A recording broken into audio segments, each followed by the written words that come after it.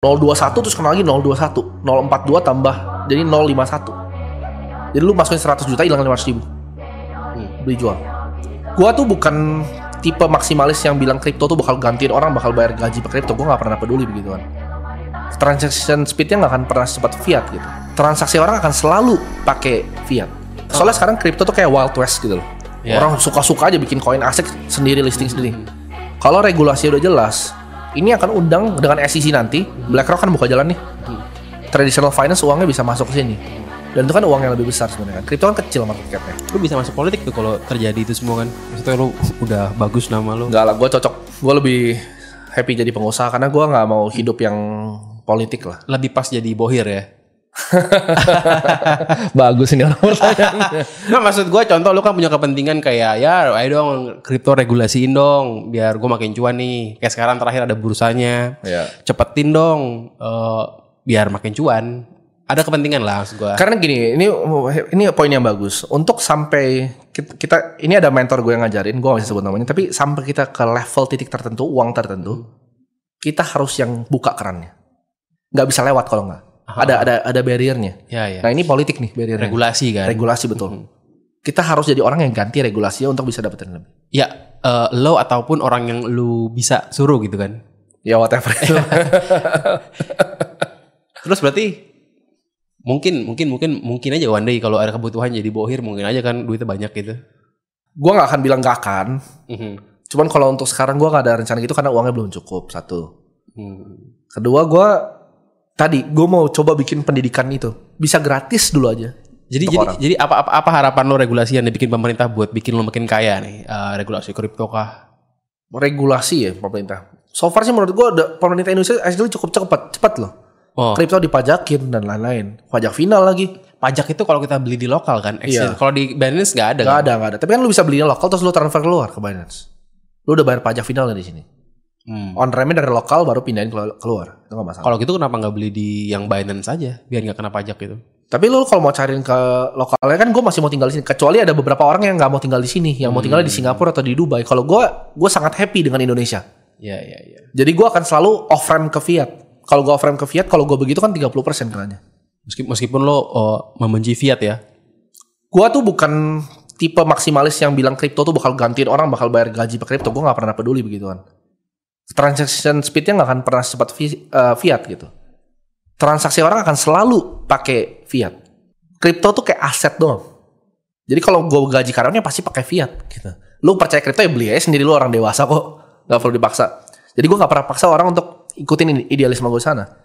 Fiat tuh tetap akan transaksi dan gue tetap percaya fiat akan selalu ada.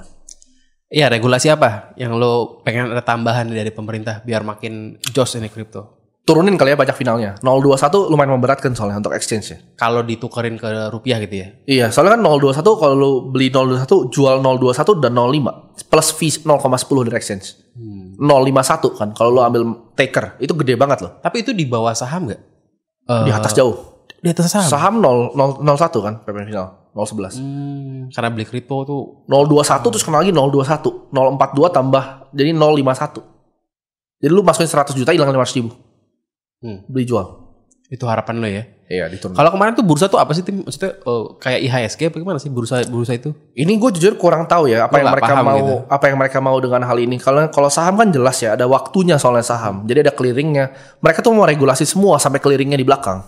Tapi gue rasa agak impossible di kripto. Yang di listing tuh yang lokal-lokal doang atau? Nah ini gue takutnya mereka namanya bursa ya. Setahu gue bursa ini adalah dari sumber gue sebut sumber Tempo aja lah ya. Dari sumber di Tempo, bursa ini bursa swasta, bukan pemerintah. Oh terus? Jadi kalau swasta pasti ada fee di sana kan. Kalau nggak mungkin dia running bursanya begitu aja. Jadi gue takutnya memberatkan lagi dari tadi udah kena pajak final 21, kita bayar bursa lagi nanti. Orangnya capital fly keluar semua kayak yang lu bilang, pakai Binance saja keluar. Jadi orang nggak ada yang transaksi di sini. Tapi siapa yang listing gitu di situ kan? Ini kan aset global gitu. Iya, ya pasti ada politiknya lah, pemilihan aset-aset yang listing. Sama kayak Bapepti sekarang kan. 400 token yang di listing kan pasti ada yang mana nih yang boleh gitu. Tapi sekalipun ada pajaknya itu kan itu bagus juga buat nilai asetnya sebenarnya kan. Bagus untuk kita sebagai investor bagus, tapi kalau trader enggak. kedepannya sebagai investor tuh bakal lebih terjamin kan. Lebih terjamin karena ya ada pajak final, keluarnya aman. Contoh misalnya regulasi SEC di regulasi kripto itu bagus kan di Amerika? Bagus. Gua sangat mendorong regulasi. Justru itu yang bikin bakal makin mantep gitu. Makin masalah adopsinya. Soalnya sekarang kripto tuh kayak Wild West gitu loh. Orang suka-suka aja bikin koin asik sendiri, listing sendiri. Kalau regulasi udah jelas, ini akan undang dengan SEC nanti. BlackRock kan buka jalan nih. Traditional finance uangnya bisa masuk ke sini. Dan itu kan uang yang lebih besar sebenarnya kan. Kripto kan kecil market cap-nya. Nah, tadi kan lo bilang BlackRock yang buka jalan gitu kan. Kan konspirasinya BlackRock ini kan elite global. Lo kan juga pernah bikin ya? BlackRock kayaknya enggak, gue gak bikin. Gue gak pernah bilang elite global, dia cuma asset manager lah. Tapi lo bilang BlackRock, lo pernah bikin video BlackRock kan? Pernah. Kalau di gue bilang BlackRock itu kan elite global lah gitu. Dia kan yang ngebuka jalan buat regulasi kripto. Ya. Padahal tesisnya adalah kripto ini lawannya fiat. Betul. Tanggapan lo apa tuh? Gue orang percaya konspirasi kalau gue kan. BlackRock kan simple. Sebenarnya banyak yang salah kaprah karena bilang BlackRock itu kan elite global karena asetnya gede 10 triliun. Gitu. Tapi 10 triliun kan ETF. ETF kan uang orang, kayak Vanguard sama. Iya, uang orang itu uang Vanguard juga isinya gitu loh. Iya, nggak usah. ETF kan exchange traded fund ya. Itu kan BlackRock iShares misalnya, IVV-nya S&P 500. Itu kan uang orang yang dana pensiun ditaruh segala macam ya pasti gede lah. Tapi dia bukan berarti dia full in control sama perusahaan yang dia pegang semua. Itu karena sekedar perusahaan itu masuk ke dalam indeksnya dia doang. Dan orang taruh di ETF dia, makanya dia pegang besar di perusahaan-perusahaan. Tapi menurut gue BlackRock ini karena dia besar ya ETF-nya, dan mungkin itu karena demand dari investor juga. Investornya minta, keluarin dong ETF-nya Bitcoin. Jadi bukan semata-mata, kita tuh nggak bisa tahu BlackRock tuh pikirnya apa. Karena orang banyak salah nih. Orang pikir BlackRock itu seperti perusahaan nih yang jelasnya Larry Fink CEO kerjanya gimana. Enggak, BlackRock tuh lebih kayak Jakarta gitu loh.